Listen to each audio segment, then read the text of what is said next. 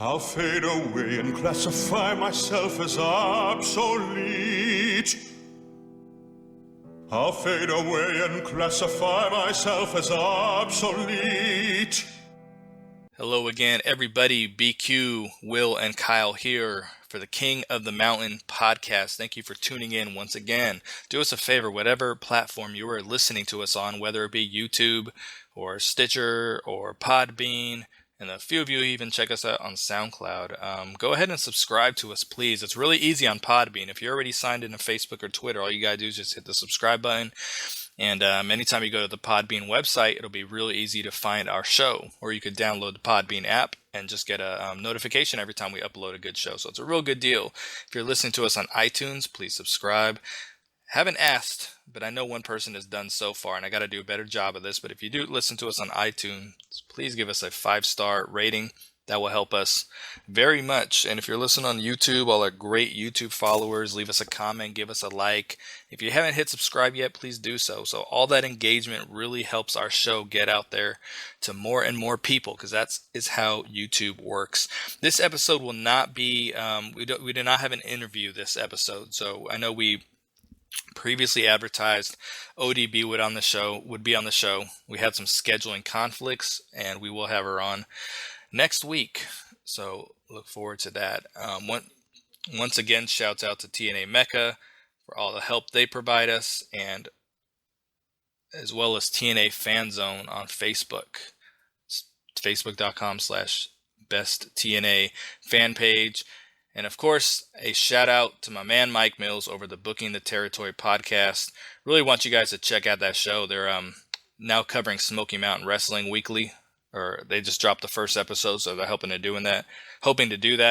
And I just listened to their last podcast last night, and they cover everything. You know, it's not reviews like we do. They just kind of talk about world of wrestling, whatever company. Always have positive things about TNA to say. And last night's episode that I was listening to, they started it off with an apology but this is the reason we don't like WWE's current product. And they also talked about why they love TNA, and then they do top 5 episodes, which are a lot of fun. And the one they did was their top 5 most overrated wrestlers. So definitely check that out. Oh, I'm checking that out since you mentioned that. So where did Roman Reigns end up at, number 1? Actually, Reigns didn't make any of their lists because they were going all the way back to the 80s. Oh, and I really want to listen. Yeah. It's a good show. It was a good show. So Booking the Territory. I wonder if we see Big Bully Busick. Oh my! You're so funny. I was actually out of boredom Googling him the other day. Oh no! just randomly, like, I remember he wrestled like 2 matches on TV. I guess he had some other televised matches that I never saw, but yeah, how funny. I was looking just out of randomness, watch a couple of his old matches. His biggest feud was with the Brooklyn Brawler, so. Yeah, but that whole gimmick kind of, I wonder did Bubba Ray actually get his TNA persona from that character? Because there are a lot of similarities when you think about it. Yeah, very true. I feel so old since we mentioned that. Yeah, no kidding. Let's talk about something a little bit more current. Yeah, I have no idea what you guys are just talking about. He was a dude. He popped up on old WWF wrestling years ago. He went from wrestling a couple squash matches to getting squashed himself by the 3rd match. So it was... Anyway, let's talk about some current stuff. So the big news that kind of hit the TNA world recently was that this did come from Dave Meltzer, but it is something positive for TNA. So sometimes you got to just assume when he says something positive that there's probably some truth to it. But Cody Rhodes is expected to work dates with TNA this year. And him and his wife are expected to work a program with Mike Bennett and Maria. And he's also expected to work Ring of Honor dates with Adam Cole and I believe at least 1 date in New Japan. So he's kind of trying to jump around and do some different things. So yeah, so this is like his shove it up WWE's ass world tour, pretty much. Yeah, pretty much. He's going to go make his rounds everywhere else. Yeah, and before we talk about what that's going to bring to TNA, wouldn't you guys assume that he might be the first domino and just like a trailblazer, be the trailblazer for guys to say, hey, you can leave that company and go and do some really amazing things. Because the matches they're booking him in Independence, he's got their dream matches. And now to come here and work for all these, every company, I think he's going to be a trailblazer to several guys saying, hey, I'm willing to do that too. And, maybe give them the confidence to leave that company if they're, if they feel like they're being underutilized. Yeah, well, I mean, why wouldn't you sign and go to TNA? I mean, anybody could see that it's clearly become a land of opportunity. You see what guys like Drew Galloway and EC3 have done and what others are continuing to do, and you see guys getting their fair share, fair opportunities. I think Cody Rhodes going to TNA is a great decision, great for him and the company and the fans in return. I mean, I think they could have something really big on their hands with Cody Rhodes if they do it right, and I got the faith in them. You know what, Kyle? Wasn't Eli Drake also in the developmental a while ago? But you wouldn't even remember if he was or not, because that's how limited his role was there. So it's like I actually remember it. That's the funny thing. Yeah, he worked there a little bit, but then they blacklisted him for some reason, so he'll never be hired there, no matter what. He said he was blacklisted. He has no idea why. Yeah, you know what? I read that story a few months ago, and I couldn't understand it either. That talent, but they let go. It just shows you just how, if you look at the roster, how many people. You think wasn't Pepper Parks? I mean, I'm sorry, Braxton Sutter there also for a while. I don't think so. Okay, yeah, I'm pretty sure he was just on the independents, like CGW and places like that. I'm confusing him with someone else. But there are a lot of people who don't go, who that's their dream to go to that company, and it doesn't work out because they don't respect a lot of the talent. And it's pretty much to where unless they can put their stamp on you and they raise you, you're not going to make it. That's why you saw Reigns push down everyone's throat. Whereas TNA, they sign people and they can make stars out of people. I would have never thought, just by his run in WWE, that EC3 would be where he is today. Drew Galloway, you could see it, but never really had a chance to run with it. I don't know what happened back in, what was that, 2012? I don't know what happened during that 11-12 year to where they were calling him the chosen one, weren't they? Vince McMahon came out on SmackDown, and McMahon himself came out and said that. Yeah, McMahon would not do that in an angle. Never saw him do that in an angle before for anyone. Now we know that there's the stories of the Tom McGee's, who he thought would be his next big world champion while he had Hulk Hogan. And this was as early as like 83. He said that, saw that worked out. He's earmarked people before, and it never worked out. And he said that about Galloway, and once again, didn't work out. I don't know what happened, but I'm sorry, go on, brother. He's actually the new interview on Vince Russo's website this week, Drew Galloway. Gotta listen to that because I would love to hear that, because with Cody Rhodes, even if he doesn't sign long term, a star of his caliber and notoriety does a lot for the product. Wouldn't you imagine he has to show up at Bound for Glory, because that's the last live event of the year? They're doing, I think, 6 nights of taping after Bound for Glory, which very well could run through the rest of the year. It sounds like it's going to run through November at least, but there may not be any more live episodes. So I can't imagine they would bring him out on a taped episode if the intention is to bring him out this year. You would think so. You don't think that we'll get any more of the monthly live episodes? You mean the one night only? No, we'll get those. Well, those aren't live, but I thought they were live. No. They're well pre-recorded. They're pre-recorded about 30 days in advance, at least 30, 45 days. Okay, well, you would figure that might be a surprise. I could start an angle, start a program with he and Bennett. I think Bennett needs something to do now anyway. So, hey, we got about 3 weeks away to find out. I'm looking forward to it. The other big news: Billy Corgan has stated that he's in talks of trying to purchase TNA from Dixie Carter. So he confirmed being in talks. He doesn't know if it's going to happen. He says if it doesn't happen, that he will let the people know why it didn't happen. But his intention is to purchase it, which would be really good for the company. And what I really like about this is that in the little time that he's been in charge and he's done a couple of interviews, he's been very transparent and honest. As opposed to Dixie Carter, when they interview her and they ask her about troubles with TNA or problems or anything, she just tends to give the company answer. Or she likes to say, big things coming. And then nothing happens. Yeah, well, yeah, she speaks more like a professional, but he's more like just like a down-to-earth human, you know what I'm saying, when he's doing his interviews and stuff. And you could really, believe him when he's talking that, this is him purchasing the company would be huge. And, I think that really is what TNA needs to grow, personally. He's the right guy for the job, and I fully believe in him, fully trust in him, and we're just going to follow the story day by day as it goes. But I do like the fact that he's just, willing to communicate with the people and just let them know exactly what's going on. That's, something we really want. I think that's a power play to say, I'm trying to buy it, and if it doesn't happen, I'm going to tell you why. That is a bold statement. That means if I'm Dixie, that means, okay, we got to get something done because I'm going to look stupid and incompetent once again. How many times can I afford to look stupid and incompetent?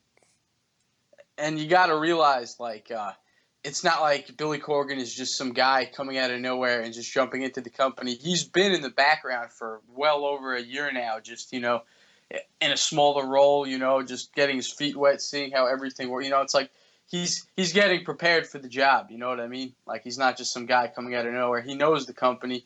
He's been in the creative chair for a while, and he knows what direction to steer them in. And you got to have faith in him. And, as TNA fans, we got to – you got to be down with Billy is what I'm saying. He confirmed that he is still running creative because something came out the other day where he was not in charge of creative anymore. Yeah, he was addressing the rumors. Yeah, and he addressed that and kind of laughed about it. So he said he is in charge, and creative team is Dave Lagana. What's Conway's first name? I can't remember his name. Yeah, just slipping my mind at the moment. John Gerberick. Not Rob Conway, is it? No, that was the wrestler. That was the French sympathizer for the La Resistance. Do it the Conway. Then there's Gerberick, and then Madison Rain is on the creative team as well. So I'm thinking Madison Rain being on the creative team. That surprises me now. Do you think that – because I've pretty much heard plenty of times in the past that Christy Hemme was on the creative team. You think Madison Rain kind of took like a reserved female spot on the creative chair, in place of Christy Hemme when Christy Hemme left? Because it just comes out of nowhere. Madison Rain is on the creative team. Like, it totally surprised me when I heard that in Corgan's interview. Yeah, it seems like they keep a female on there for the to assist with the Knockouts division. And she had tweeted something several months ago that someone, it was the standard tweet every TNA person gets. Someone was like, would you come to WWE if given the opportunity? And she said, well, I work for my opportunities. No one gives me anything. And she's pointed out that she does a lot behind the scenes in TNA.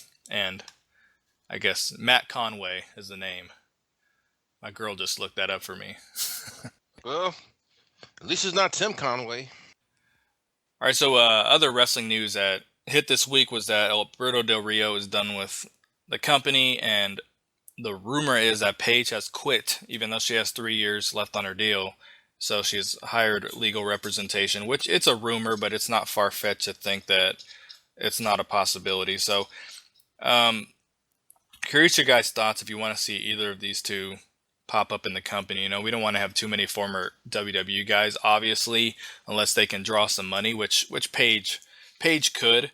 She would obviously come under a completely different name and persona and everything. But I mean, let's face it, for women wrestlers, there's some good independent scenes out there, and she could probably do really well in the independents. The only real place to work aside from WWE is in TNA, because the Women of Honor don't really have a division. I mean, it's a YouTube show that they do, but they don't get any TV time. I can't imagine someone coming off, the WWE circuit would have any interest in working there. But do you guys, start with you, Will? Do you got any interest in either of them, or is this too much drama? Because obviously they're bringing a lot of drama backstage there. Because the rumor was that they were going to fire Paige if she didn't break up with him. So it's obviously a relationship that they didn't, the company wasn't interested in. So, is this something we even want to see TNA take a chance on? Why would the company be so concerned about a personal relationship? That's what I don't understand. So I don't think it shouldn't be an issue in TNA. I can see if they were causing dissension, but they're dating. What's the big deal? So yeah, TNA. Yeah, Paige. I like Del Rio because he would add something that they don't have. You have Oh someone yeah. that people they wanted to cheer for him because he was white hot, and they cooled him off. You get him. You're gonna bring in. You got a natural heel, or you can turn him face if the fans cheer him too much. You got a lot that you can do. I'm just picturing now. Um, he and EC3 in the program, and he and Galloway. You get Him and Page. Lashley. Him and Yeah, Lashley. Totally. You know what? They're both MMA fighters. It I would was be gonna it would say. be a main event, big money fight. You were reading my mind. You can do a lot with him. Paige, imagine her in the knockouts division, especially if Gail Kim decides to ride off into the sunset. Right. I mean, as good as Jade is, I just don't see her taking that face of the knockouts role. She can be the top worker in the company, but I don't think she has that like it factor to take it to the next level. I agree with you, and that's why I think that you have to be interested. If she's gone, if Paige is gone, then hey, go get her. But the thing about it is, she may have to use the CM Punk defense of I'm an independent contractor. I'm free, so this contract I can be let out of. We'll see. Do you guys have any interest in Team 3D coming back? Oh, where'd that come from? I just hit you out of nowhere with it. Well, I didn't get to put my thoughts in on the Del Rio and Page situation. So before we move on to that, I just want to say that I think that it would be a huge signing for both of them. I mean, because you got to realize TNA, the position they're in, when guys come off of WWE, and I know some people say, oh well, we don't want WWE guys coming into TNA, blah blah blah. But you got to think, I mean, TNA needs to grow, and they're in a situation right now where there's so much potential for them to grow. And when you take somebody like Paige, who definitely has a huge fan base, boom, that's you're bringing in a lot of fans right there. And Del Rio, look at Alberto Del Rio. I mean, this guy is that's the type of guy I would want in my company. He's a well-rounded athlete. He's got history outside of professional wrestling, places like MMA, but even in just professional wrestling, this guy's been he's the biggest star in Mexico. He's been the world heavyweight champion in WWE, one of the few guys to beat John Cena for a title. I mean, this guy is just I think he's you need him. You need to sign Del Rio. If I were TNA, I would make a power play to get both of them. I would have both of them debut together on the show. You could get some controversy with that. This could be good. This could really be good. I'm personally not much of a Del Rio fan. I liked his initial gimmick, but after that he became super stale to me. So, if they Well, did we something can good agree with to him. disagree on that. He's one of my favorites. I think he's a great professional wrestler personally, but we all have our own opinions, whatnot. But opinions on Team 3D, do you have any interest in seeing either of them? I personally don't. You know what? We mentioned tag team division needs beefing up. Two more bodies, historic team, lot to play on. I I wouldn't mind. I would want to see them take a bunch of losses like they did in WWE, which I was really disappointed. But I still think that there is one more good run left, and if it is, let's get it out of them. If anything, I could see them doing something similar to the Rhodes because Bubba tweeted something. It's funny that all of a sudden Bubba's been kind of claiming Team 3D on Twitter. If you look at his description and things like that, it's always Dudley Boy / Team 3D. What do you guys want to see Dudley Boy / Team 3D do? So he's throwing that out there a little bit. I personally have very little interest in them coming, but if they were to do something similar to what Cody Rhodes is doing, because Bubba did make or Bully Ray, I don't know what you want me to call him, but he did make a comment on Twitter about having another TLC match with the Hardys, and then he also made a comment to the tag champs over at Ring of Honor too. So I could see something similar to what Cody Rhodes is doing. But well, you know what? They did the tag team series Hardys, Dudleys, Wolves with the big TLC match, and that I'm satisfied.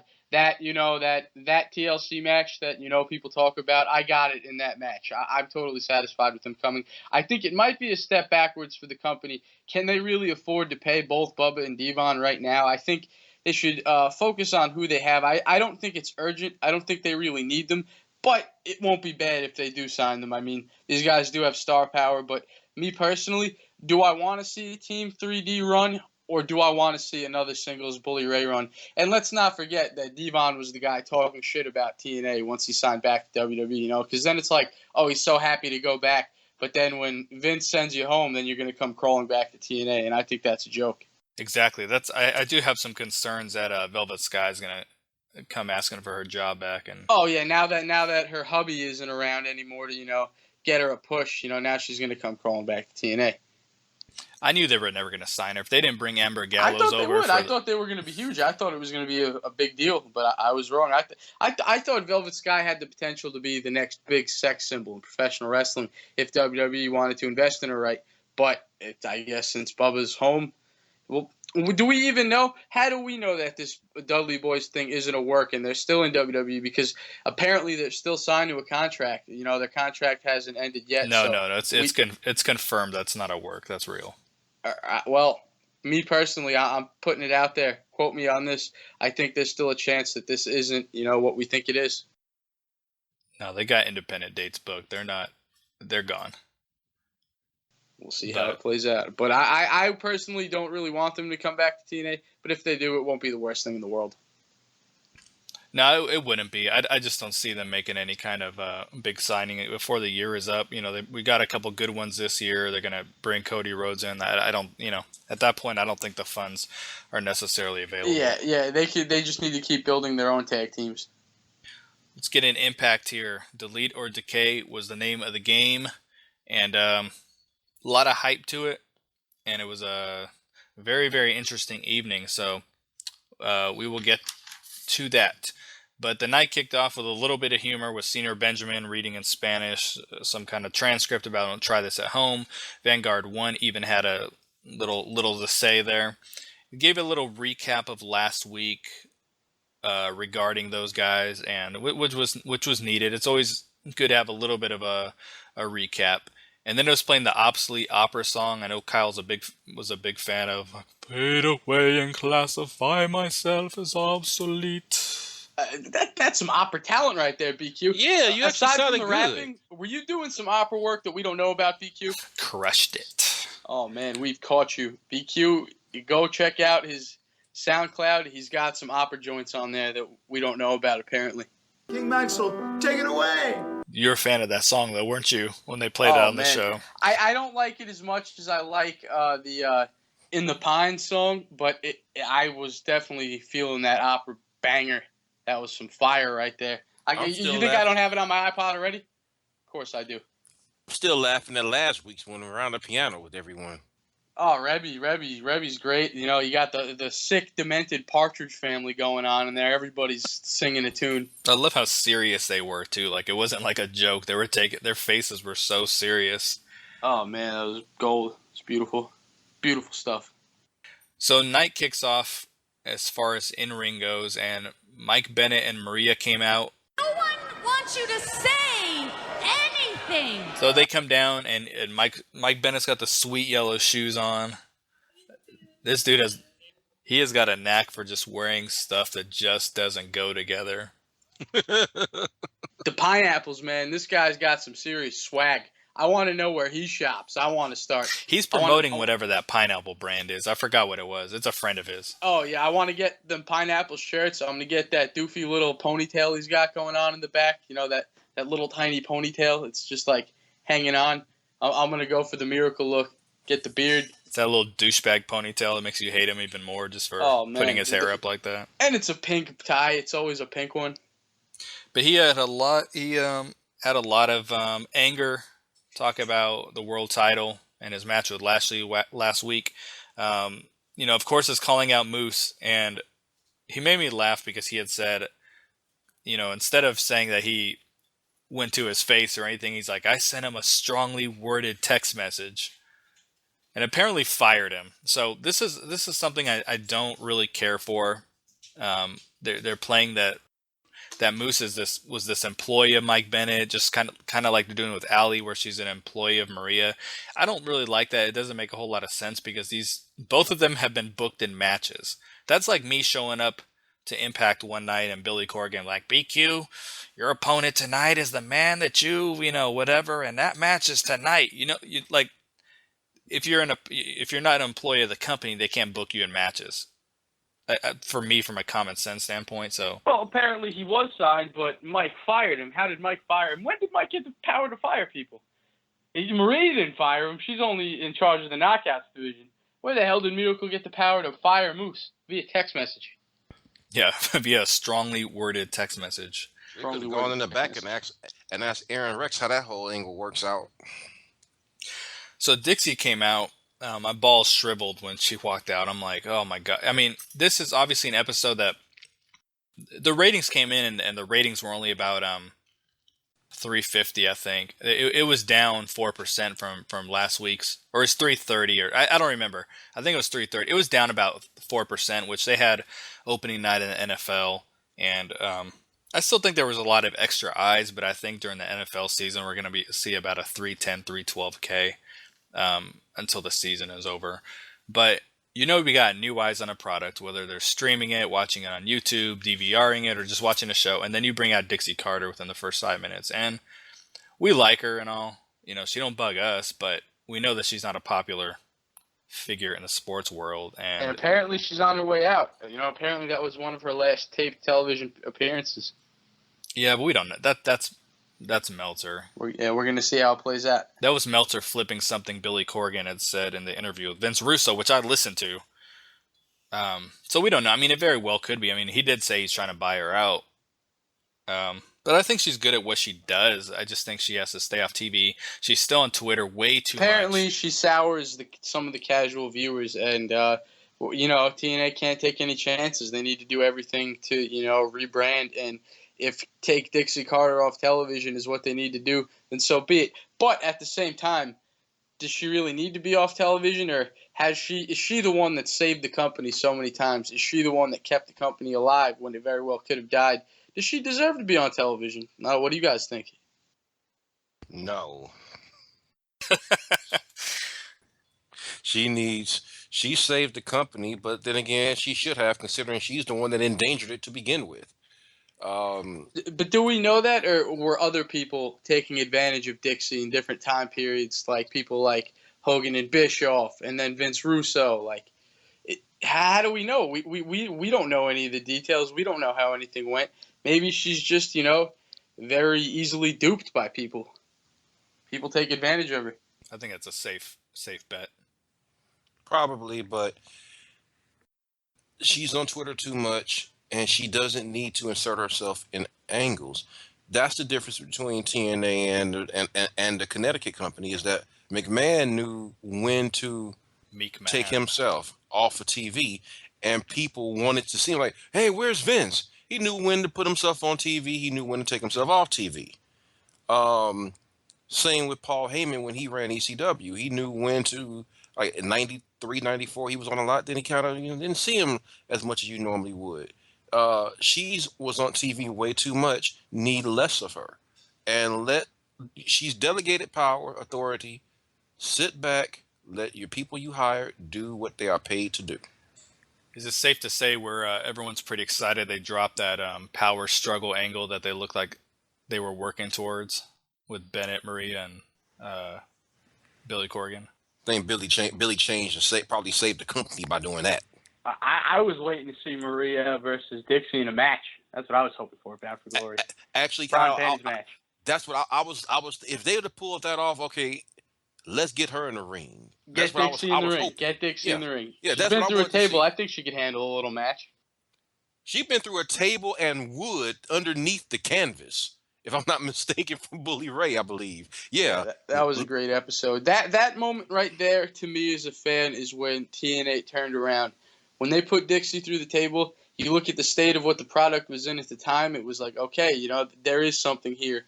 That moment right there, that little time period is what totally got me back into TNA. Didn't she get like very severely injured? That could have been part of the show. I remember like the next 2 weeks or so, like they were like filming live from her home and she was in bed like hurt. But I think that was just part of storyline. But who's to say? She took a real bump there. It wasn't like her head bounced off the mat. Yeah, that happened. It One wasn't of my like favorite episodes. that episode where Kevin Owens man. power bombed Machine Gun Kelly onto that big old giant cushion. Well, that looked like shit, man. Like, they really rigged the shit out of that. It looked like he threw him on a stack of mattresses. It looked so bad. And it could have been awesome. Then he no-sold it. So Dixie has notified Mike Bennett that she rehired Moose the same day. And then Moose comes out wearing an Impact Wrestling shirt. Like he was just drafted into the NBA or something. It comes out rocking the gear. Everyone's doing the arm thing, the Oh, people dude, love that's Moose. all over the The place Impact now. Zone is the Moose Zone. That's what I'm calling it now. It's the Moose Zone. That's all over the place. He announced on Twitter that his Bound for Glory entrance is going to be the biggest one ever seen. I think he's going to ride out on a moose. That would be badass. That would be awesome. What was not badass was Dixie doing the moose arm. She turned into the moose grandma arm. What? She got the crowd going. What's the big deal? Oh, dude, that was It looked like her elbow was painful, dislocated. man. She looked like in elementary school where you try to do the fart noise by putting your hand in your armpit, and yeah, dude, that was awful. Like I said, it looked like she had a shoulder or elbow dislocation.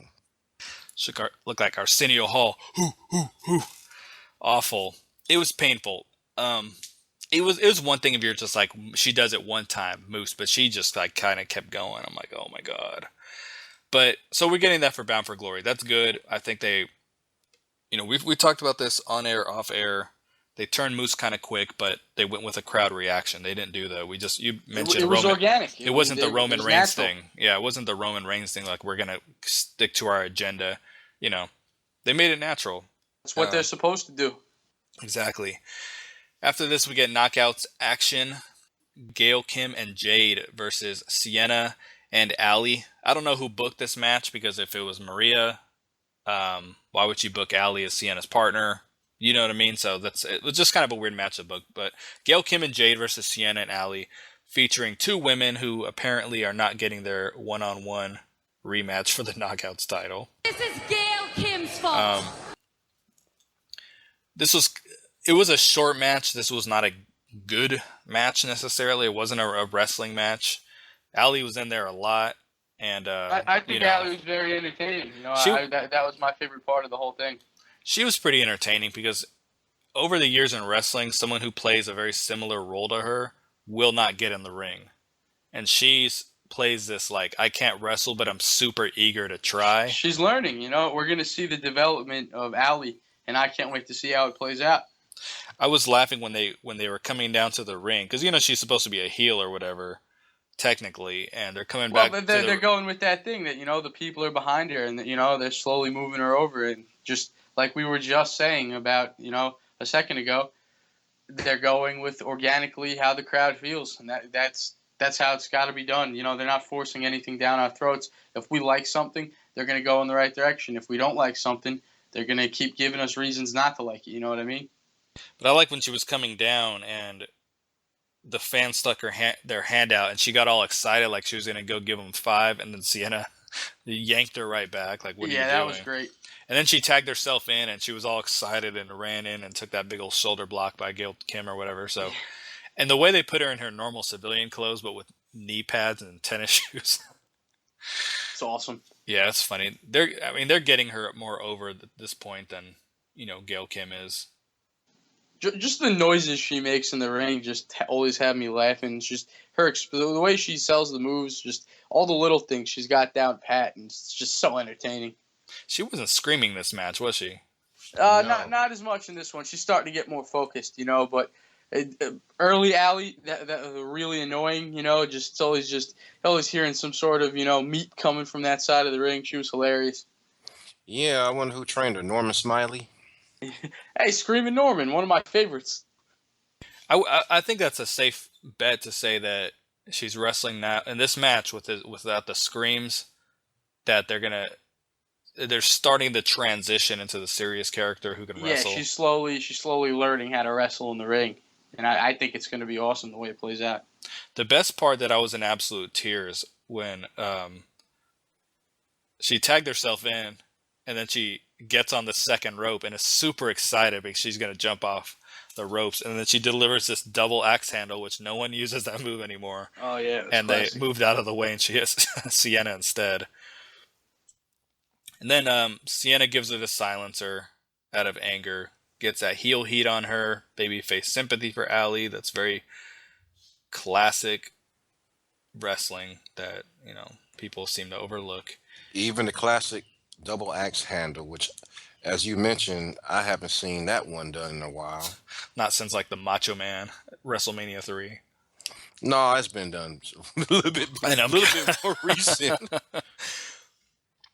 And then Jade very reluctantly covers Allie, gets the win, and they both help her up. So, obviously they're building that babyface role. Maybe it's going to be interesting to see how they transition her into the person who's been wrestling for 13 years of her life. Maybe Jade and Gail Kim act as coaches. I mean, which better people to have, so I guess we'll see. Yeah, looking forward to see how that entire thing develops.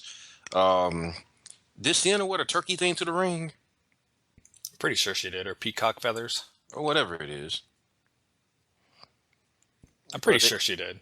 I just don't remember it, but that's going to be interesting. Now we get at the personal zoo, because Matt earlier in the very beginning, Matt told Senor Benjamin to prepare the personal zoo for visitation. So now they're in line at the zoo. They're in a little like military rank. They're just like 4 across, and he's just like, Brother Nero, Senor Benjamin, and he's sitting there like with this cheesy smile on his face. Queen Rebecca, and she's standing there fanning herself like a diva, and then it scrolls down, King Maxwell, and he's just standing there. So he starts. The zoo thing was funny because it almost added nothing to the deleter to. I mean, it was like kind of pointless, but it was almost kind of just done out of humor. Like it was just. Of course, Big Money Matt has his own zoo. Why wouldn't he have his own zoo? Why would he not have his own zoo? Of course he does. He has what appears to be at first glance an African giraffe, but it's really the first president of the United States, George Washington. So there was like the giraffe sequence was completely pointless, other than the giraffe having the hat in his mouth, and he's like, "Please return the hat.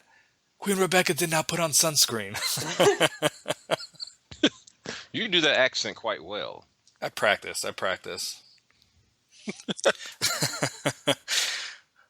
And then the best part of the show, oh my god, dude, I can't stop watching this. The Smoking Joe Kangaroo, who is going to be more over than Roman Reigns by the end of next week. Oh, has this spar. He says, Brother Nero, I've set up a sparring partner set you up with a sparring partner, Smoking Joe Frazier, and he's just like, thank you, like he's like really appreciated it, and then they're like locked up, like they're gonna wrestle, and my girl pointed this out to me that I had to rewind when Matt was like, Smoking Joe, are you ready? He like looked at him, was shaking his head, yes. What? I need to go back and see that. My favorite part was during the fight.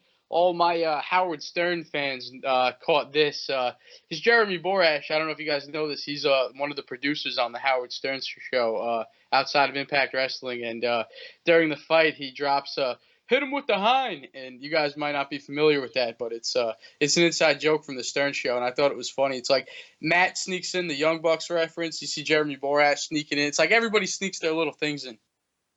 Oh, yeah, the Bucks of Youth. Smoking Joe was kicking the shit out of them. He was pushing Jeff Hardy around, Brother Nero, and then it shows him randomly with Matt Hardy, and he's just jumping up and kicking him with both feet. And if you go back, and this is why this is so funny to me, you go back and watch this. You can hear Rebby laughing in the background. It was one of those things they had to one take it. You know what I mean? They had to go with the first take. And you can hear Rebby laughing in the background. And then if you look at Jeff, he takes off running, laughing. Like he puts his hand over his mouth like he's laughing and just like dips out of the camera. You know what? That's funny. I mean, it really was funny because the kangaroo won. The kangaroo destroyed them.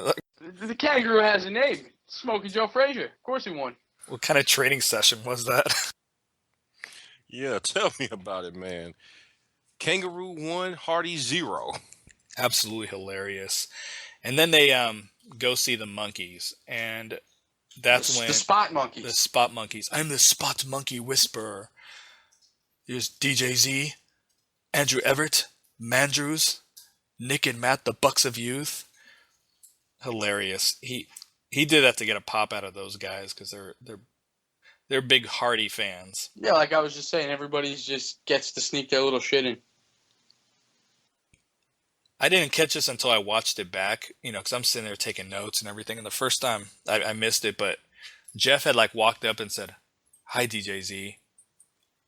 Like yourself, I'm a recovering addict or something. I'm in recovery." He said something like that to him. Yeah. You just gotta watch that part back. When I watched the director's cut on YouTube, like the whole 20 minutes in a row. I didn't catch that. Yeah, I missed that too. And it's a possibility that part wasn't on TV. What?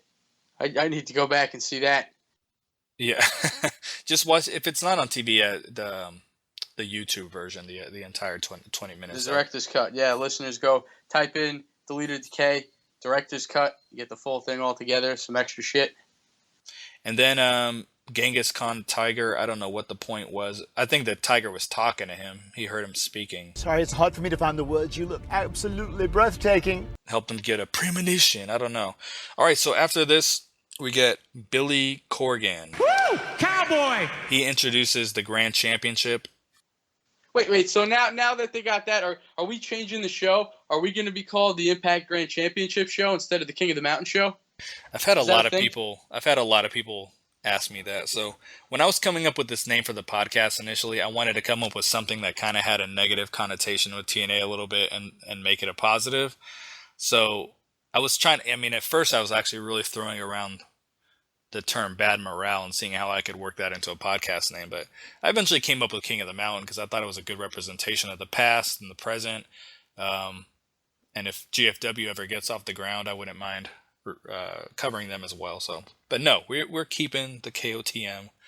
We're not going to be the Grand Podcast. So the Grand Championship Podcast. I really like this belt. I think it's really sharp. It's Absolutely breathtaking. It's the best new belt we've seen in wrestling lately, in my opinion. It had impact on it, not TNA. So maybe that's maybe they're saying, okay, this is going to be our identity. Billy Corgan does not say the words or the letters TNA ever. But that's weird because in one of his first interviews when he first started working for the company, I remember the specific quote.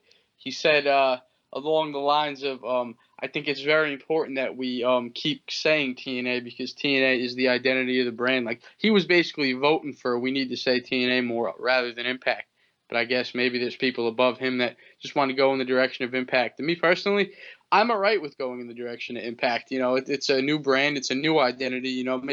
Maybe they feel that the old brand, TNA, just the reputation was, tarnished a little bit, and they just want to go, and freshen themselves up.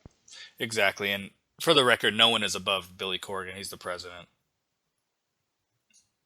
That's what you had said. I mean, I don't know. I don't work there. You can't take everything for fact. But I think they're going that direction of Impact. And I wouldn't be surprised if the name just totally changes to Impact Wrestling, Impact Championship Wrestling.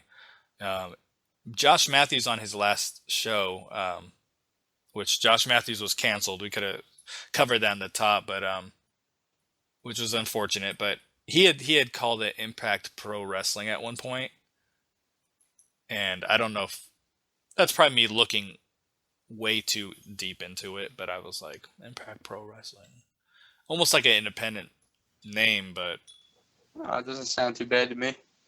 No, it doesn't. so it's unfortunate Josh Matthews was canned, though. We don't know the reason, if he was fired, he left, what happened. You all listen to the show every week. How good a show was it?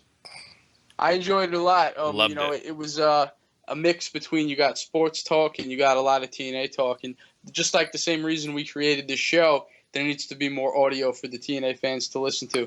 That's what was so nice about it, and it was real time. People would call with questions, and he would answer it. Yeah, it was very for the fans, you know what I mean? Like, every episode, he would just go in the direction of whatever the callers were going in. It was cool. It was something different. I was really enjoying it once a week, every Saturday morning. It became part of my routine, and they just took it from me. I don't know exactly what happened. I don't think anybody does, but he left it on a cliffhanger on his Twitter post as if, he's shopping it to other places, and I hope it does find a home because I think it's very important for TNA fans to have something to listen to. If anything, he should, do a podcast. I think he used to have one back in the day, if I'm not mistaken. No. He had a podcast that wasn't a TNA show. It was like a men's fashion type show. It had nothing to do with wrestling. That's he right. would because he's a fresh guy, man. You see him in his GQ suits all the time. This guy knows how to dress, man. I mean, he's dating Madison Rayne. He's doing something right. And he had a podcast. It was like the men's lifestyle aficionado show. I tuned into a few episodes, but it was just like a one-run thing, They're married. They're not dating. Yeah. Sorry. Yeah. Man, he's married to who? Yeah. To Madison Rayne.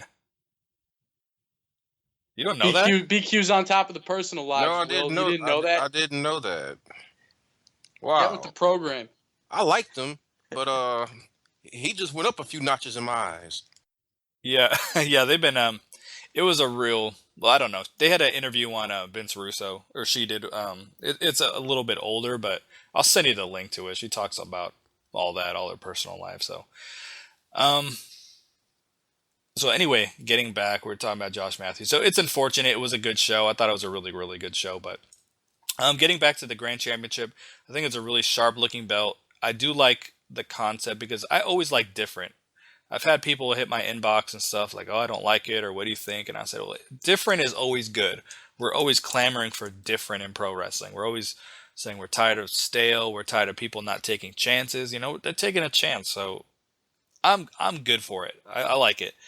I didn't like that they turned it into a Drew Galloway, Aaron Rex segment so quickly. I would have liked a little more focus on the championship itself, the belt, the prestige he wants to, see with it eventually. But they came down and Drew cut a, good heel promo in the sense that he had said, you can give me that title now pretty much. Came out with his hood up and his hair in his face. It's like, this guy means business. Way more enjoyable this way. Way more enjoyable. And this was Billy Corgan had a little bit of botchamania talking in this episode, and he'll get there. Obviously, he's knows how to be in front of thousands of people. You know what, so. BQ? To the listeners, I'm gonna let them know something real quick. I don't know if we mentioned on the episode, but we did try to do this episode a few days ago, and we decided that. Well, actually, you said on Twitter, right? You told everybody that we decided we wanted to redo it because we wanted to give the fans the best possible product. Obviously, Yes. there was a part in the episode where you had said that Billy Corgan said something in the word of debut, and I went back yesterday to watch the exact part, and he actually didn't mess up. When he said Drew's going to debut now, the way he said it, he was talking about debut the Grand Championship style match. I went back and checked. Billy did not mess up right there. Okay. And you're about to debut the match now. Got it. Yeah. Okay. So it was the Grand Championship style rules. But let's get into that. How did you guys like the way they structured the rules of the whole system? Well, they kind of danced around for a little bit. I counted like the first 35 seconds of the match, nothing went on. It was like a boxing match. Okay, try to fill each other out. Yeah, I get that. Right. Then they're taking about another minute or so to get into it. And then once they had finally got into the match, you could see, like, okay, Okay, I see the struggle, the tension was going on. What I liked most about this match was Josh Matthews really set everything up nicely, with explaining how you have to differentiate this from a traditional wrestling match. Right, that was a big deal in the believability. He helped, explain the rules a few times, that they're judging on aggressiveness, controlling the action, and physicality. So those three things almost blend in together, which I think that's done so that we can't, if they were like power moves, aerial moves, submission moves, then that's something that the fans could keep track of at home. And to protect the match, I think they had these three categories that you don't even know how to properly judge them. But you know what, guys? This is prime. This format's been done before. I mean, it's big in England, big in Europe. Well, I won't say big, but you see it in Europe, especially in the UK. It was done here from '94 to '96 in the AWF, where Tito Santana was the world champion, the American Wrestling Federation, and they had title matches were three. It was 12 3-minute rounds. All the other matches were 3 3-minute rounds also. I remember because it had come on CBS at 11 p.m. on a Sunday night. So I remember that when I was and stuff still in high school then. And so I've seen this format before. And you're going to see a number of upsets. Guys that they want to get over but normally wouldn't stand a chance. You're going to see the unthinkable happen. I hope the format gets over with the public, and I want it to work. I'm iffy on whether or not it can succeed because people simply aren't used to seeing it. So they're really going to have come out and have a hot start the first couple of months, or else it's going to be lost, and we'll be having another title a year from now. I think Corgan is focused, from what I hear in his interviews, on consistency. So I really think he's going to push forward with it. And I think something different is really, really important, because I used the analogy with you guys before that you can give a kid a coloring book and it has 20 pages in it, and all the images and pictures are different. But if you only give them two crayons to color with, it don't matter what those pictures look like. If it's the same green and red on every single page, it just all blends together. And that's kind of how a wrestling show is. There's only so much just wrestling you can watch. You just got to see something different. And what I really like is that the match has a complete different pace. It has a sense of purpose. You don't have to have the distraction roll of finishes. You don't have to have the DQ finish, a count out finish. There are a million ways that you can finish these matches. I can see a scenario where, Braxton Sutter got his ass handed to him in the first round. I could see him a scenario where he gets his ass handed to him for 2 rounds and then makes a comeback, that passionate, I have to win this, I have to beat him by pinfall this round type of thing. Or maybe he gets his ass kicked for a round and a half, and then you see that comeback, gets to a decision, either gets the sympathy for losing or goes over big as winning. I don't know. I just think there's a lot they can do with it. I think we got to keep in mind this episode was trying different things and getting a feel for how the match should be. But you got a point, though. I mean, the King of the Mountain match, like, that wasn't special at all because they hardly ever did it. And it was confusing why and when they did it. And the matches were never good when they did it. Well, Kyle, how do you feel? Because I think that you can have if they stick to this and these are done often enough, I feel that you're going to discover some stars here. This is a star-making format. I couldn't agree more with you, Will. I think that this concept is awesome. It challenges the wrestlers on a different level. It's something different. I think it's very exciting. I was watching the show with my buddy Cody, and I like to watch the shows with him because he's a very casual viewer. He's not really biased to a certain brand. He's just a wrestling guy. He doesn't watch very often, so when he does, like I get to see like he's the first impression of certain things, and he was more excited than he's been in a while. He liked the format. It's something different. I think that if this takes off and gets over with the people, you revolutionize the business in a way. This is like part of the evolution of wrestling. Wrestling is always evolving. This could be a huge step. I think if this is successful, WWE is going to copy it without a doubt in my mind. You know what this just came to my mind as you were speaking. I think one really interesting thing is that in this little tournament they're doing, we have Drew Galloway and Aaron Rex in it. If this was for the King of the Mountain Championship, you wouldn't see either of them in it. No, you would not think about it.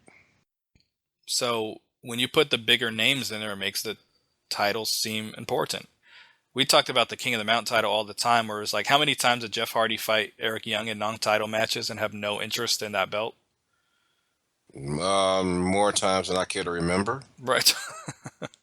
So my brother had texted me. He was he's on West Coast time, so he watches, the show's on later, and he was really, really excited after the first match, which Galloway went over with the Iron Maiden. I texted him back and said, wait till you see the second match, because this match with Goddard and Eli Drake.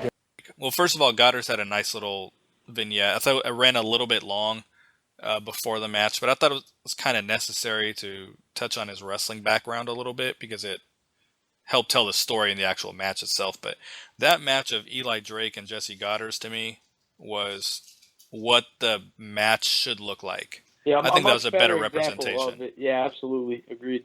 100%. Yeah. Because they had that sense of purpose the whole time. It wasn't, with Galloway, like he was doing kind of some regular wrestling moves and, let me do a suplex. It's cool because a lot of times you see MMA taking pages out of pro wrestling's books when they do the press conferences and promos and all the things that you can tell are like, it's entertainment, it's stage stuff that, they always take pages out of wrestling's book. And this is a time where you see wrestling taking a page out of MMA's book. And if they keep, being consistent with it, this could be really cool. I love this match with Eli Drake and Jesse Goddard. I think they both, looked great in the match. How do you guys feel about it? Intoxicating! I loved that match. I saw things that I didn't know Goddard was capable of. I mean, I knew he's pretty athletic, but we saw old school moves, and that seemed to be one of the things of the night where we saw pile driver, man. Right, we saw old school. No, the moves, pile driver and we was saw them well. Galloway, and that was nasty. Right, yeah, right. Sorry, just confused me. So many matches. But we saw a lot of old school stuff, and we saw it work. Fans didn't seem the fans didn't seem dead, and the people who watched it seemed to really enjoy the show.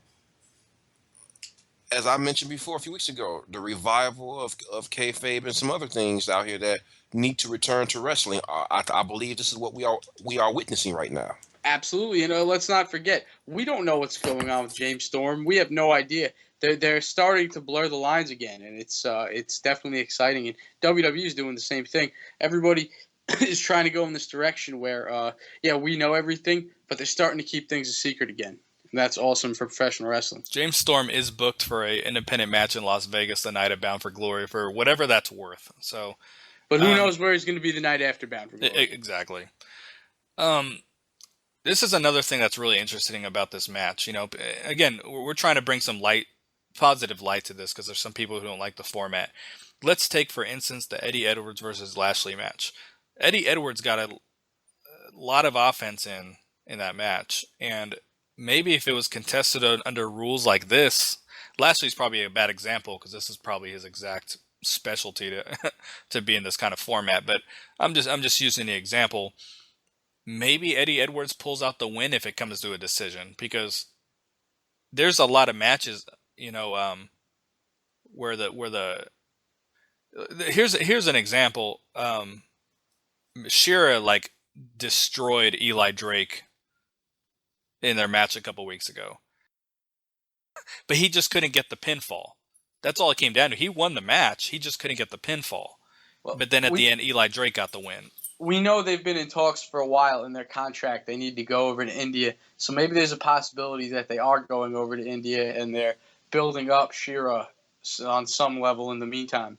Right, and that's why I think he's in this tournament. But but you see my point where you have matches where the guy is winning the match, he just doesn't get the pinfall. Maybe in a different format, someone can beat a Lashley, can beat a EC3. I think too. Also, if they do the number one contender matches under these rules too, I think that's going to help the case a lot. So, but Eli Drake ended up getting the win with the blunt force trauma. So really great, entertaining match. Next week we got, as you alluded to with Shira, he's got to get a little bit of a push. He gets a random match in here against Eddie Edwards, and then we're getting Aaron Rex versus Trevor Lee. So the really cool thing about this tournament so far, To my recollection, I don't remember Eli Drake and Goddard's ever wrestling one-on-one, but we're getting a lot of fresh matches with TNA, and that's very easy to do in a 2-hour format. It's not 5 hours of a cluster every week to where all you can do is just keep having the same people fight the same people. We get really fresh matches. That's one of the really big advantages to one 2-hour show a week. Everything always feels fresh and new. And who you guys got in Trevor Lee and Aaron Rex? I think I'll go with Trevor Lee. Really? I'm Interesting. joking. Okay. I was like, there's no way. I mean, I'm a big Trevor Lee fan. I guess I could speak for myself in that department. Yeah, I am too. Not a fan of his ring gear, but yeah, I do like what he does. Does it always got to come down to the guy's nuts? I feel like every The time we flying mention squirrel. him on the show, somebody's talking about the nuts. It's hard. Yes, we don't want to see that. In the words of Taz, Yambag Yahtzee. But I'm with you. I'm with you, Kyle. I like his work. I like both of those guys, Everett and Lee. Gosh, I wish they had another. I wish they could. I can't get enough of the product. I wish they had a second day of the week. Instead of predicting the finishes, actually, what are the chances either of these matches go to the time limit draw? Because you would imagine in 4 matches, one of them have to, but at the same time, I don't see Aaron Rex's debut going to a draw. And if Eddie Edwards can't beat Shira in 9 minutes, there's a problem there. Well, that's the thing. I'm a huge fan of Trevor Lee, but I think it's important for Rex to win. Like, they're not just going to have him lose the match. And if they do, they're going to get heat off of it. There's going to be a reason for it. I don't see it going to a decision. It shouldn't go to a decision. No, he should win by pinfall, and that's just how it should be. But with this format, he doesn't necessarily have to win by pinfall. Anything can happen. To make Shira, if you want to try to give Shira a rub to try to do something, anything can happen. That's why I'm excited about the format. I can't stress enough. I just hope the fans give it a chance. Because Kyle, BQ, when I saw this stuff in '94 with people like Greg Valentine, Bob Orton Jr., who was the main heel, and Tito Santana, your main face, you saw some matches back then with this format that were quite interesting. And you can tell totally different stories. It opens up a different door. They can do some great stuff. Okay, Tito Santana had been 11 years removed from being Intercontinental Champ. And he goes to this new place where he's no longer jobbing, to where he is the top face. Bob Orton Jr. had wasn't too long afterwards, which his son Randy ended up debuting. So you had this rounds format, and there was, if you can find it on YouTube, maybe you can find the AWF. What with Paul Alperstein, where you can go, who owned it, who you can find on YouTube. Hopefully it's out there. Watch the matches. It was a different feel. It had given professional wrestling that air of unpredictability. And that is what's missing. It's almost like the NBA, to where only 3 or 4 teams have a shot. And lo and behold, those are the 3 or 4 teams in the conference finals. You already can figure out, for the most part, who's going to be in and around all the titles. You don't know with this. So we got the press conference next. I know you were a fan of the press conference. I like that it's not the traditional contract signing, flipping a table. This is something different. And the less people you speak to in a promo, the more believable you can be. I think that's why a lot of WWE guys struggle with their promos, because they're talking to 15,000 people. The larger the crowd is, the harder it is to just be yourself. Having this little intimate setting like this, I think, was perfect. I know you were a really big fan of this. Very big, because I want people to go back and replay it, because the first thing that came to my mind was CM Punk's pipe bomb. Lashley came out, and I had to rewind the live TV thing. Thank you, Comcast, for that feature, by the way. Oh, my God. Best microphone work of his career. That was probably the best promo that was cut this year in wrestling. I agree. Said it I'm with you, King Will. of the Mountain podcast. That was the best speaking done this year. Our company is under fire. And you gotta think like he's going toe to toe with the heavy hitter on the microphone. He's going toe to toe with EC3, and this guy just man, somebody like Bobby Lashley who's known to struggle on the microphone. It just shows you how much he's improved in 2016, and he's doing the best work of his career right now in TNA. But you know what else it showed, guys? It showed just how much he cares. To reference what the outsiders say about the company, to give the MMA reference, to mention the WWE not by name, but to mention them. So all the dirty stuff from all the other outside sources, he referenced in one spot. And then he parlayed it and correlated to him being champion. And this is what he deals with. And this is why I am the one to hold this title. And I'm not losing it because this is what I'm here for. I couldn't tell if it was a heel promo or a face promo. All it to me was this is a guy that is this is the guy that's the truth right here. Excuse my language, but this guy is the baddest motherfucker in wrestling right now. He is. He's the best champion in wrestling. Kevin Owens is a cool heel champion with a title that has no lineage to it. Ambrose has been a pretty boring champ. He's just been a silly champion. I can't use Lucha Underground because that's not a yearly show. Jay Lethal dropped it to Adam Cole. He's a brand new champion, so you can't really compare him to the others. But if you were, I mean, he's just the best champion in wrestling right now. You guys are right. The mic skills are just, we talk about it every week, getting better and better.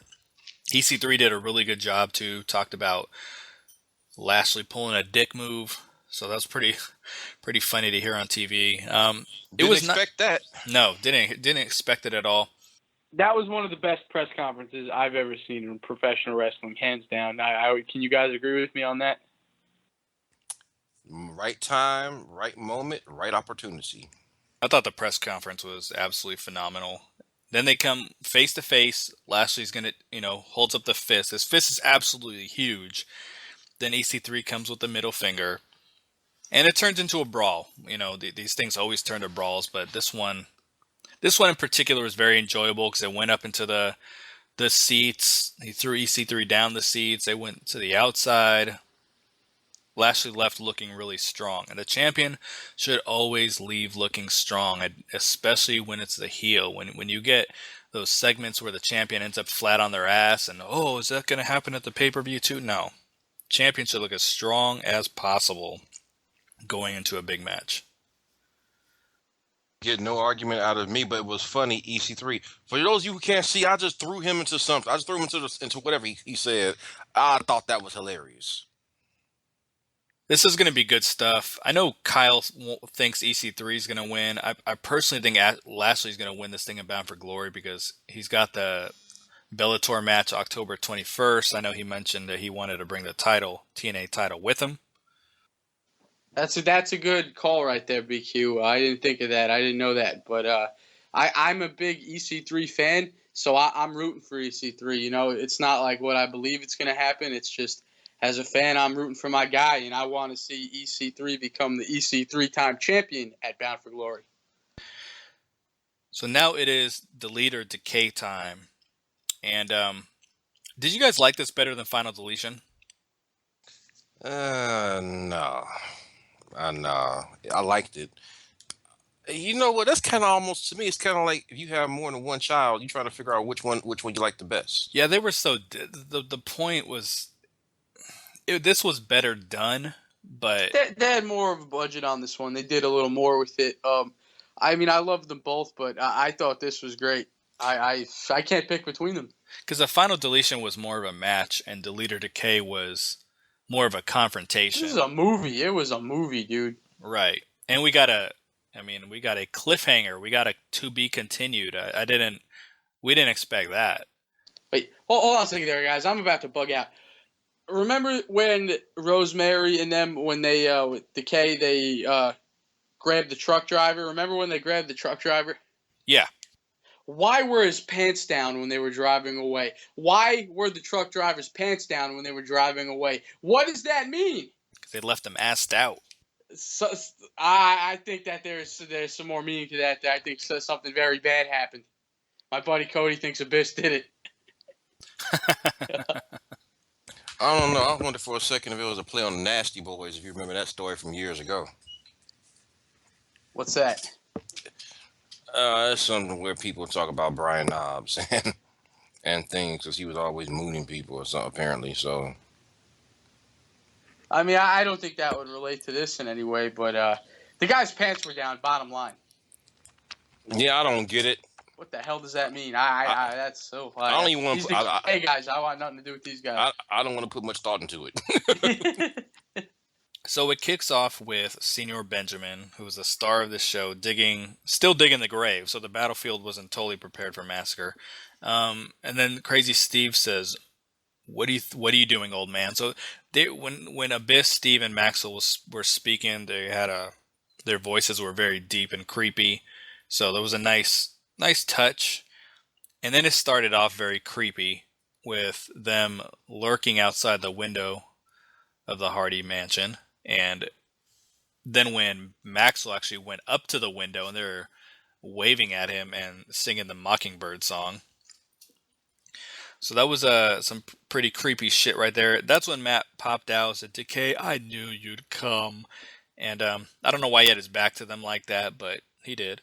And so then they come around the corner, and then Rebby, Matt, and Jeff also all had the Molotov cocktails. Then I believe Abyss said, "This isn't beautiful," and they take off running. So we never see So we never see Decay in retreat mode. It's very rare that we see this. So there was a lot going on with this. It was very hard to actually take notes throughout this entire thing, but they ran and they started hiding under the boat, just like Matt did when Jeff was coming after him. Abyss sends Rosemary and Crazy Steve to the house. Basically says, "I got this." And then Brother Nero comes and kicks the boat over. Here's Kyle's favorite part.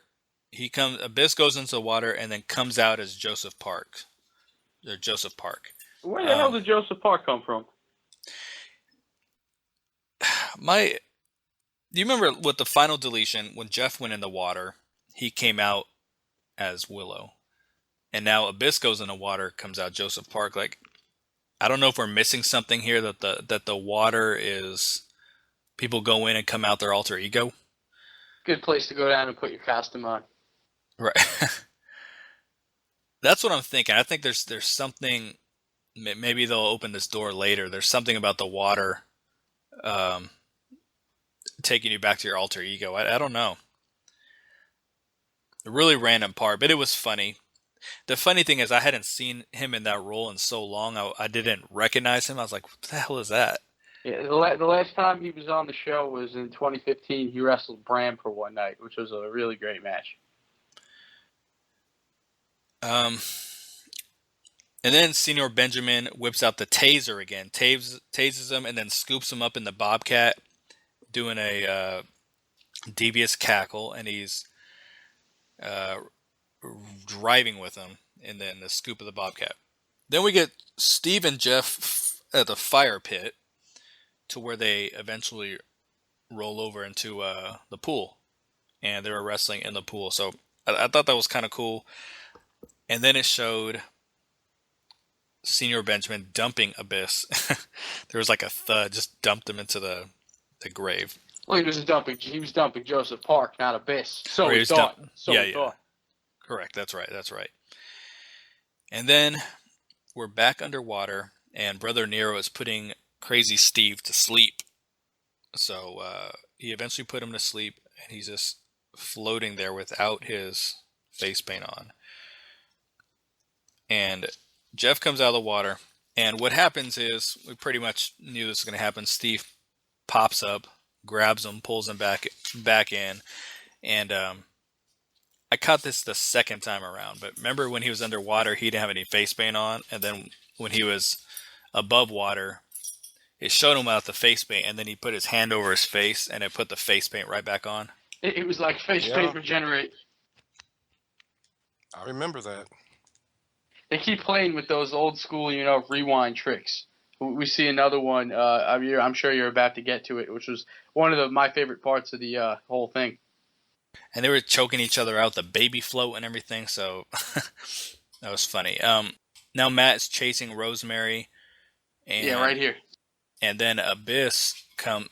Oh yeah, that's right. Because Abyss had popped out of the grave, took Benjamin, Senior Benjamin down, started choking him. So Abyss pops up, and he has Janice, and he swings to hit Matt, and Jeff comes, just like in a horror movie, where someone's trying to save the other one's life, comes, pushes Matt out of the way, and takes Janice to the gut. Yeah, I had to shriek at that one. Like, that could be a little painful. Then Brother Nero falls on the ground, and then Matt says, "That was so unselfish." Then we get the Vanguard 1 aerial attack. And then inside the Hardy compound again, or in the mansion, I should say, Rebby is down. She is out. Rosemary's standing over her, and she is carrying Maxwell. This kid gives zero fucks. If I were 2 years old and was being carried by a clown, I'd probably be scarred for the rest of my life by the evil clown lady.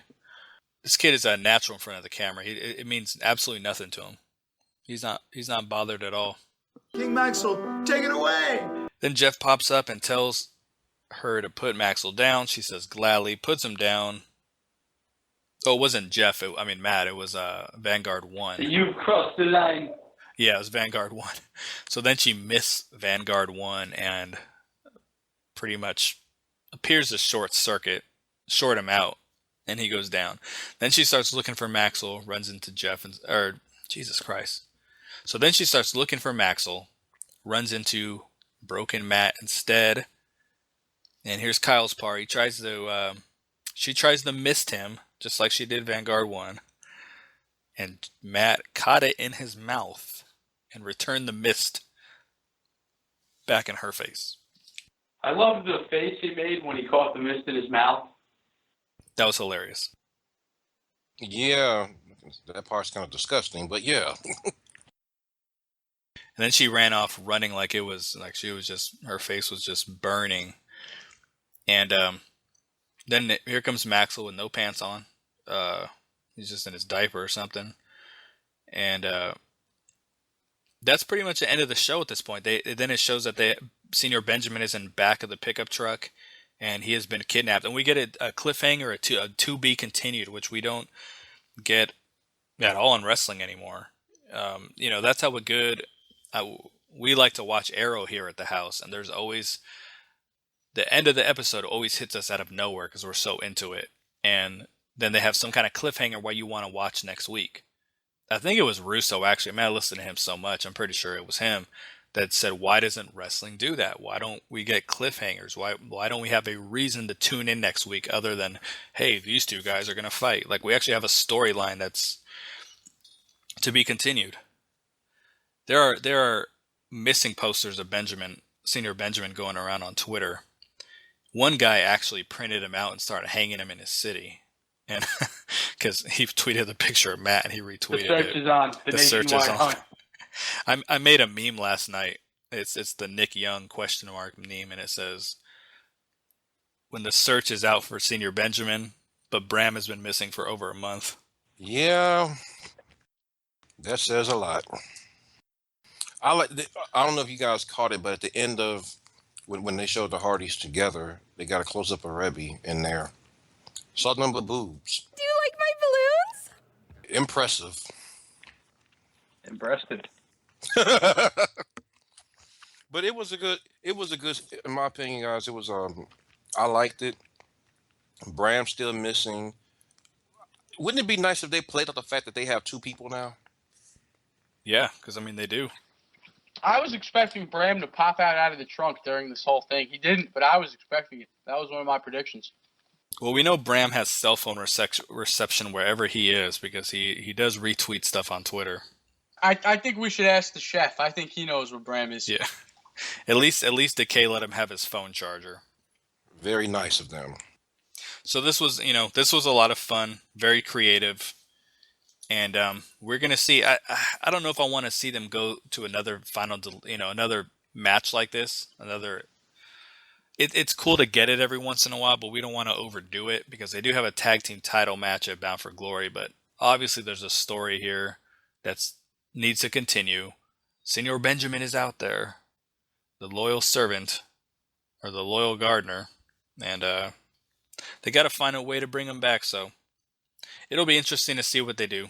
Well, we've seen the Hardy compound twice. Are we going to see where Decay lives? Because I'm wondering, what does Decay's house looks like? What is that? If it is a house. I could see that where the next segment is at the Decay's lair or wherever. I could definitely see that. They got to go retrieve Senor Benjamin. All right, so one question we want to pose out there to the listeners: if we put our Skype number out there, who would be interested in calling in with your questions or comments, feedback during the show? We could tweet the number out during the podcast, and you guys can actually call in and ask what you want to ask or make any comments. We love our listeners here, and we want you guys to be a part of the show. Just like you made your dog the part of the show right now. That's cool. My animals are always a part of this show. That doesn't even sound like a bark. What is that? This is the beagle howl right here. This is going to be a gimmick in the show. My damn beagles always ruin the podcast. So if you guys are interested, let us know, and we'll put that information out there. And all you YouTubers, leave comments. Let us know what you thought about the Leader Decay, what you guys thought about the Grand Championship and the matches, and anything else you want to say. I'm under attack, guys. Help me. Help me. I need to fix her. Tyrus. So that is it for this week, guys. I know we didn't have an interview this week. We'll be back in the saddle with ODB next week and Robbie E. However, so again, wherever you're listening to us, please subscribe. We really appreciate that. If you want to support the show, just check the show notes. You can shop on Amazon through our link. Doesn't cost you a thing, but it does help you support the show. There's also discounts you can get with onit.com. Or you can sign up with Dollar Shave Club, which is one of my favorite things that I'm a part of. Or you can even click our link to sign up to drive with Uber and get up to $150 in bonus cash. So that is it for us this week, guys. We will check in with you next week. We're out.